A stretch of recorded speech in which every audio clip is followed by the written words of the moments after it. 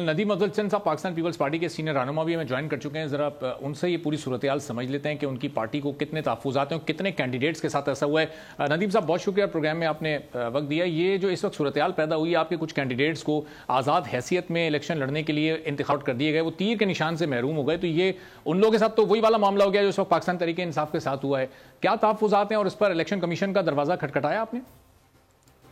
देखिए जी, हमारे यहाँ तो बहुत सारी जगह पे लोगों के घायल हुए हैं, लोग कई रिजेक्ट हैं, लेकिन कुछ निशान का, क्योंकि वो कोर्ट ऑफिसर को भी हम क्या ब्लेम दे सकते हैं।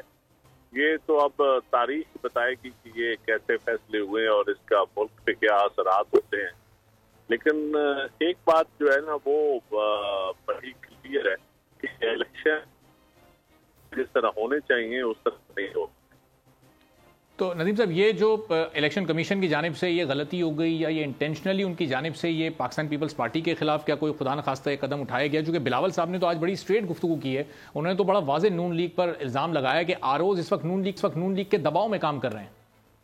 जी, सारे आरओज उनके लगाए हुए हैं, उनके ब्यूरोक्रेसी उनकी है, जो पंजाब के बिलखसूस ब्यूरोक्रेसी है।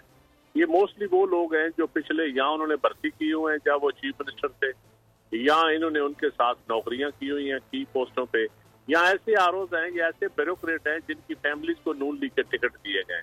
एक नेक्सस बना है पंजाब में, जो पंजाब ब्यूरोक्रेसी का और PMLN का, और उस नेक्सस का वो फायदा उठा रहे हैं, वो एक्सप्लॉइट कर रहे हैं उन चीजों को।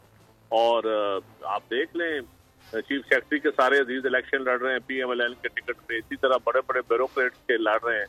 तो फिर जब इस तरह आप अपनी ब्यूरोक्रेसी को पॉलिटिसाइज करेंगे तो फिर आप क्या तवक्को रख सकते हैं कि वहाँ इलेक्शन कमीशन क्या कर लेगा या कोई और क्या कर लेगा? जब आरओज ही सारे उनके हैं तो, और आरओज के ने रिजल्ट देना है और आरओज ने इलेक्शन फ्री एंड फेयर करवाने हैं, तो ये तो बड़ी क्लियर बात है। बिलावल साहब ने बिल्कुल ठीक कहा है।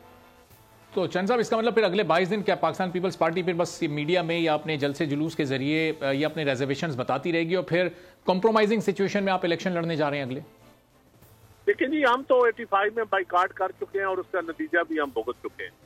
पाकिस्तान पीपल्स पार्टी चाहती है कि लूली लंगड़ी जमहूरियत है, ये आगे चले, ये सिस्टम आगे चले, और हम सारे रिजर्वेशन के बावजूद हम चाहते हैं कि इसी सिस्टम से अच्छाई निकलेगी। इस सिस्टम के अलावा हमारे पास और कोई ऑप्शन ही नहीं है। ना हम मार्शल लॉ चाहते हैं, ना हम चाहते हैं कि ये ब्यूरोक्रेसी की हुकूमत रहे।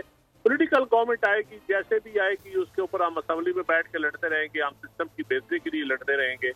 तो लेकिन इसको आगे चलना चाहिए, इस चीज को रुकना नहीं चाहिए। लेकिन ये हकीकत तारीख के एक दीवार के ऊपर लिखी जा चुकी है कि लाडला प्लस जो है उसको इक़्तिदार में लाने के लिए सब कुछ हो रहा है।